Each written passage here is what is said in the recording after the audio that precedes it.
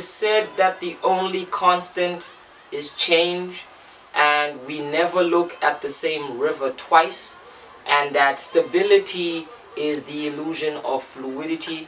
And I definitely agree with those sentiments, because if we look into the depth of just us growing, everything we are is a matter of shedding, it's a matter of letting go, and also learning what to hold on to.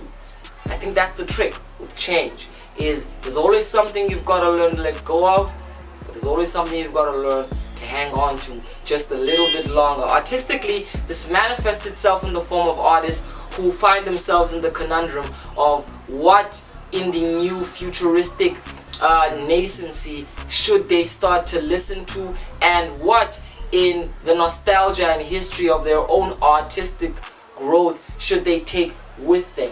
And I think this can all be summed up in one word that Yusuf Tarr, the Bloemfontein MC, uses for this project that he does with this mind-blowing experimental South African producer Makoveni. The project is called MORPH.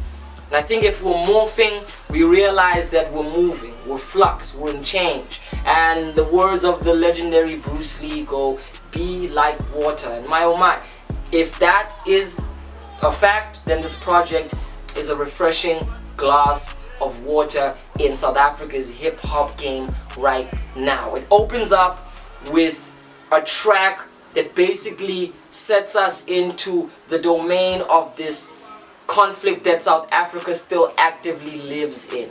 It lives in the conflict of the tears of the past, and how we can use those tears, possibly, if we can even, to engineer some kind of hope for tomorrow, and how this is almost impossible if we do not do two things: introspect, and then after introspecting, assess the quality of where we are as a community. And it's pretty difficult to talk about the real issues as a rapper without coming across as some kind of pretentious teacher of the masses. And the truth is, that turns a lot of people off if you're trying to make music that has popular appeal, because the truth is, pop culture has been marketed as a lane where people listen in order to escape, to transcend their problems. So if you're gonna sprinkle their problems onto music that they'd rather just run out of, then you're gonna find yourself in a place that's complex. And artists who find a way to still knit together profound narratives of where we are as a people whilst have us jamming simultaneously are treasure troves. And I think Yusuf Tarr does this with this project. Oh my god. If you stay in your comfort zone, you're like a frog that boils to death. This is a soundbite that plays off the clip of the opening track, and I think it really characterizes the, I'm going to use a really fancy scholastic term, liminality of what this project is about. A term, liminality, created by the scholar Victor Turner, represents a place of in-betweenness, where you are not yet where you want to be, but you are also not where you were. You're in this interesting place in the middle, where you can look at where you've been and you can look at where you want to go, but you're in limbo, see. And that allows you the privilege and the power of understanding what parts of the past are important to take into the future. Some call this idea Sankofa. It's about taking back what's ours to gain power in the present moment. And I think this project epitomizes that. Yusuf Tarr is a lyricist and a visualist. He paints abstract surrealist images of pain meshed into glory and hype and ego and swag, and it all just feels so natural. He tells stories in a language which is global enough to appeal to anybody listening from Africa or the world in general, but also specifically in the South African context, the references are true to who we are.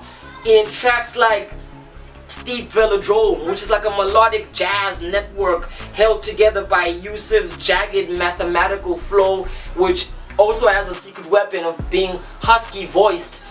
And he doesn't cheat with that voice. He doesn't just use the voice to be a simple MC. He takes what is essentially a very, very powerful tool as a rapper, and he blends it with actual well thought out bars in the context of beats which move between the experimental. I mean, Marco Veni's sound scope is songs that have a life of their own. They vacillate between the low and the high. When you were caught up in the rapture and Yusuf is taking you beneath into the underworld of where South Africa is, the drum patterns slow down and everything else is stripped apart and the beat just goes up. My God, Marco Veni as a producer is a gem.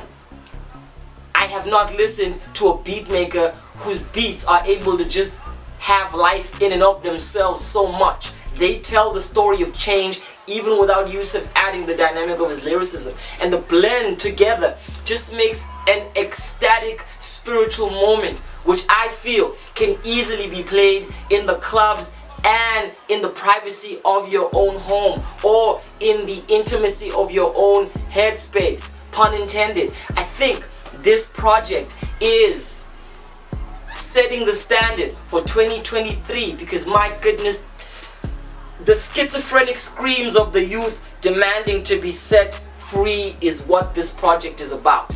And it does it perfectly.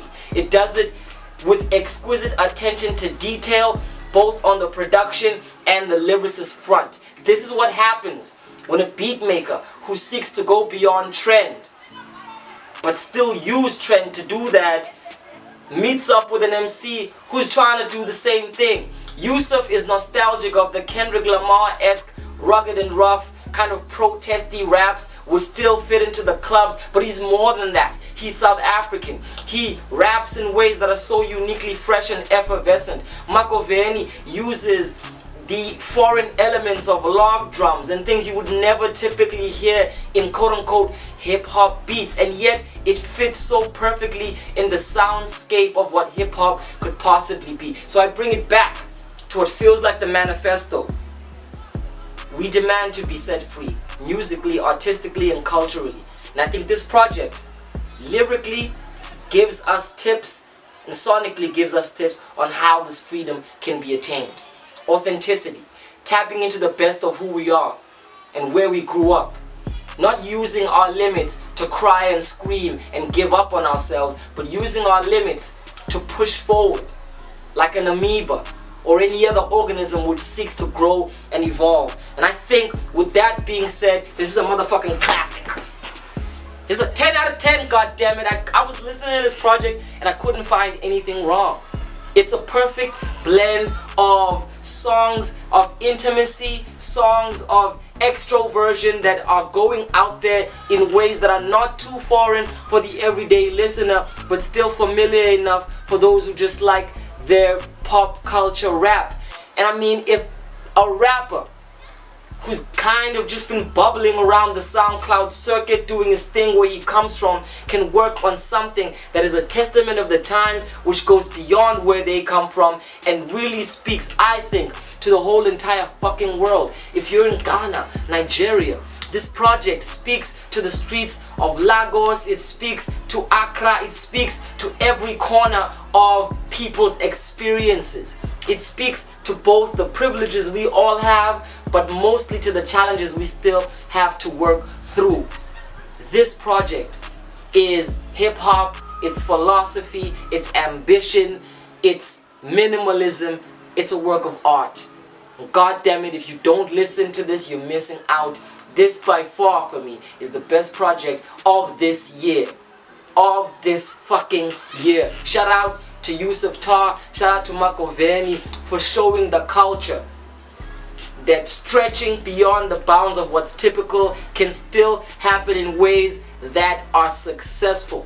And I think the only thing this project needs to literally embellish itself as the masterpiece that it is a good business backing, because goddammit, that's what capitalism places us in. And as far as I know, I think these are two independent artists who are still navigating their talent, and maybe that's part of what makes this album so great. They're free from the pressure of delivering monetary standards to labels that are going to push them into working into the competitive sphere. But I think the irony of that is that they've made something which could easily not only compete but dust everything off the shelf, the motherfucking shelf. Thank you for great music. Thank you for speaking from the heart, being vulnerable, using your talent to speak to your experiences, but finding the unique generalities that can allow those experiences to tap into everybody's experiences. I'm Vijay, the brother from the ancient mother, and I'm still baffled by how good this project is. Please subscribe to the Headspace, and if you haven't listened to this project, you're missing out on one of 2023's greatest wonders. Here's to more amazing hip-hop from Africans such as this. Peace.